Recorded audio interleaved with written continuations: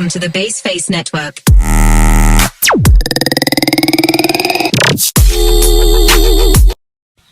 Assalamualaikum warahmatullahi wabarakatuh. Perkenalkan, nama saya Rahmika Angrenijung, kelas HR21D dengan NIM 105721158. Di sini saya akan menjelaskan kembali materi yang sudah dibahas dalam semester ini. Materi yang pertama yaitu konsep dasar manajemen. Dalam sejarah singkat manajemen, praktek manajemen ini telah ada sudah lama dan diterapkan dalam berbagai bidang seperti bisnis, rumah sakit, sekolah, pemerintah, industri, perbankan, dan lain sebagainya. Kemudian manajemen modern diperkenalkan oleh Henry Fayol yang mengembangkan aktivitas manajerial yang mencakup berbagai aspek seperti produksi, pemasaran, keuangan, kepastian, akunting, dan manajerial. Nah, manajemen itu sendiri adalah proses perencanaan, pengorganisasian, pelaksanaan, dan pengendalian sumber daya seperti manusia, keuangan, waktu, dan materi. Untuk mencapai tujuan dalam suatu organisasi, adapun fungsi dari manajemen itu sendiri ada 4, yaitu planning, organizing, accounting, controlling, atau biasa disingkat dengan POC, atau perencanaan, pengorganisasian, pengimplementasian, dan pengawasan. Materi yang kedua yaitu konsep strategi SDM dan perencanaan SDM. Nah, konsep strategi SDM ini dan perencanaan SDM ini merupakan hal yang sangat penting dalam pengelolaan sumber daya manusia dalam organisasi. Nah, manajemen sumber daya manusia biasa disebut dengan strategi menghubungkan manajemen sumber daya manusia dengan peran strategi. Tujuan untuk meningkatkan kinerja bisnis dan mengembangkan sumber budaya organisasi serta mendorong inovasi. Sedangkan perencanaan sumber daya manusia ini adalah proses perkiraan kebutuhan sumber daya manusia dalam organisasi untuk masa yang akan datang. Nah, strategi pengembangan SDM di perusahaan memberikan kesempatan kepada setiap karyawan untuk menyalurkan idenya atau gagasan pribadi mereka. Nah, memberikan penghargaan atau reward kepada karyawan, mengadakan program pelatihan dan bagi karyawan. Materi yang ketiga yaitu staffing strategi. Staffing adalah proses manajemen yang melibatkan identifikasi, perekrutan, pelatihan, penempatan, dan representasi sumber daya manusia dalam suatu organisasi. Nah, fungsi dari staffing ini sendiri yaitu pertama, perencanaan sumber daya manusia, yang kedua rekrutmen, yang ketiga seleksi, dan yang keempat pelatihan pengembangan, yang kelima penempatan, yang keenam manajemen kinerja dan retensi. Staffing strategi ini mencakup beberapa strategi staffing yang berbeda-beda berdasarkan posisi dan peran pekerja. Strategi staffing untuk posisi manajer, operator teknologi, dan operator IT masing-masing memiliki jenis pekerja yang memiliki kemampuan yang tinggi dan metode pengambilan keputusan yang berbasis data. Perusahaan juga memiliki sistem pengembangan karakter yang berbasis data untuk mengembangkan kemampuan pekerja. Nah, materi yang keempat yaitu desain sistem kerja. Desain sistem kerja ini adalah proses merancang, mengatur tugas dan tanggung jawab dan lingkungan kerja untuk mencapai tujuan organisasi.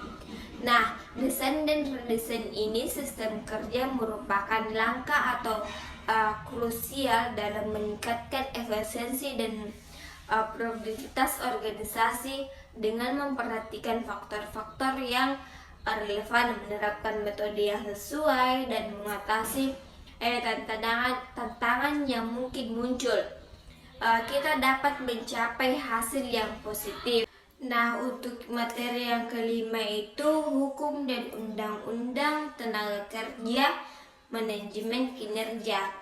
Hukum tenaga kerja ini adalah bagian dari hukum yang mengatur hubungan antara pekerja atau buruh dan pengusaha, yang mencakup berbagai peraturan, kebijakan, dan prosedur yang mengatur segala aspek terkait dengan hubungan kerja, termasuk hak dan kewajiban pekerja serta pengusaha. Berdasarkan pasal 5 Undang-Undang Nomor 13 Tahun 2003, manajemen kinerja adalah cara-cara melalui mana para manajer menjamin bahwa aktivitas-aktivitas dan hasil-hasil karyawan sesuai dengan tujuan organisasi. Sistem manajemen kinerja terdiri dari 3 bagian. Yang pertama, pendefinisian kinerja, pengukuran kinerja, dan pembagian umpan balik konfirmasi kinerja. Tujuan dari manajemen kinerja terdiri atas tujuan strategik, tujuan administratif, dan tujuan pengembangan. Nah, untuk materi keenamnya itu kompensasi. Kompensasi merupakan segala sesuatu yang diterima karyawan sebagai pengertian kontribusi jasa mereka kepada perusahaan. Tujuan dari manajemen kompensasi ini adalah untuk membantu perusahaan mencapai tujuan keberhasilan strategi perusahaan dan menjamin terciptanya keadilan internal dan eksternal. Komponen-komponen kompensasi terdiri dari gaji, upah, insentif, kompensasi tidak langsung. Materi yang ketujuh yaitu hubungan industrial. Nah, hubungan industrial ini adalah hubungan yang baik antara pekerja dan pengusaha, yang sangat penting dalam menciptakan lingkungan kerja yang sehat dan produktif.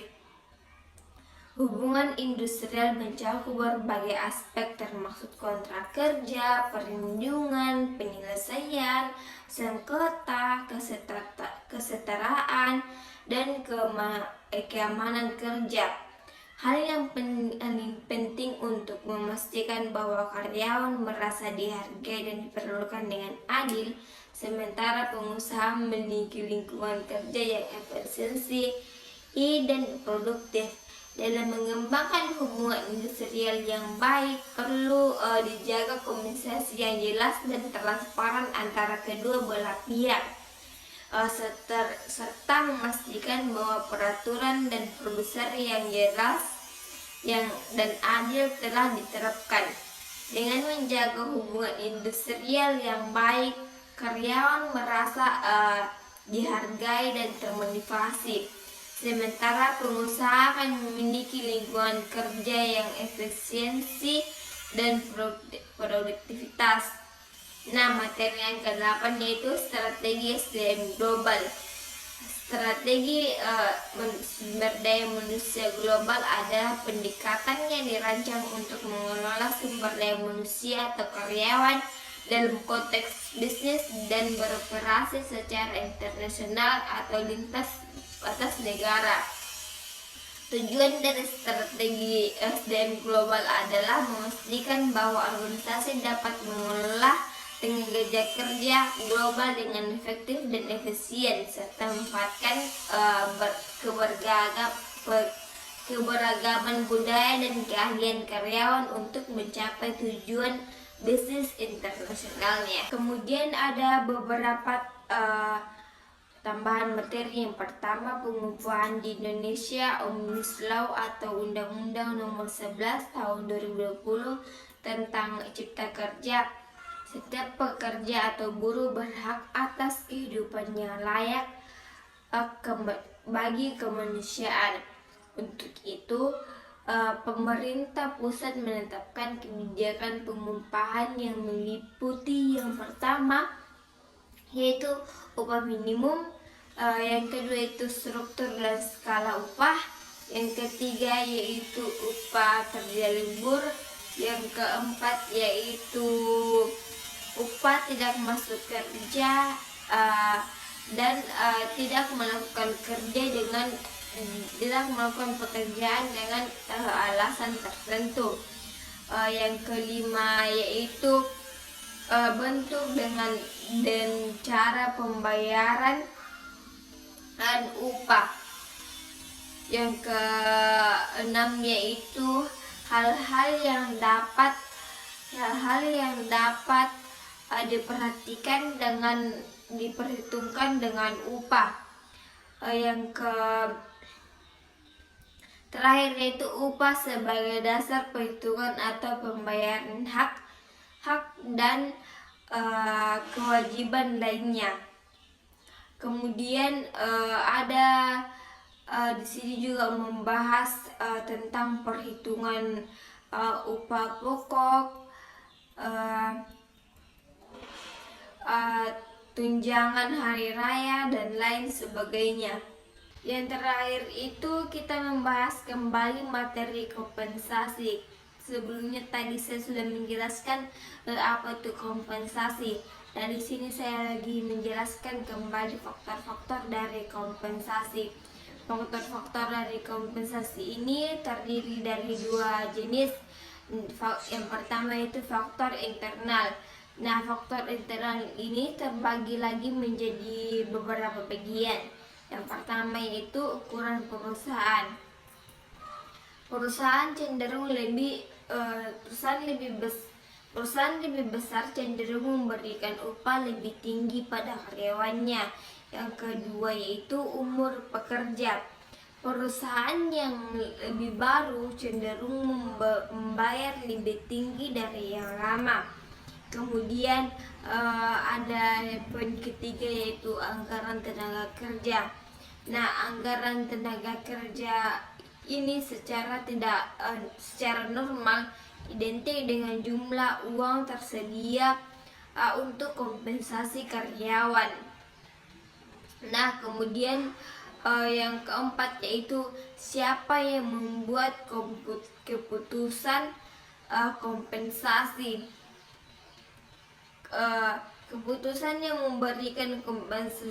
Keputusan untuk memberikan kompensasi terletak pada manajemen tingkat atas. Kemudian faktor eksternalnya. Yang kedua faktor eksternal. Faktor eksternal ini terbagi juga dari beberapa bagian. Yang pertama itu pasar tenaga kerja. Pasar tenaga kerja mempengaruhi desain kompensasi. Yang kedua yaitu kondisi ekonomi. Kondisi ekonomi ini semakin kooperatif, persaingan semakin rendah perusahaan dalam membayar karyawannya. Yang ketiga yaitu peraturan pemerintah. Pemerintah mempengaruhi tingkat kompensasi melalui pengendalian upah. Kemudian yang keempat yaitu serikat pekerja. Serikat pekerja cenderung menjadi penentu untuk upah, manfaat, dan meningkatkan kondisi kerja. Baik, itulah penjelasan saya mengenai beberapa materi yang sudah dibahas selama satu semester ini. Mohon maaf jika ada salah kata dan penjelasan saya kurang dimengerti. Mohon maaf juga jika dalam pembuatan video ini ada suara-suara atau kebisingan yang mengganggu. Saya pamit undur diri. Wassalamualaikum warahmatullahi wabarakatuh.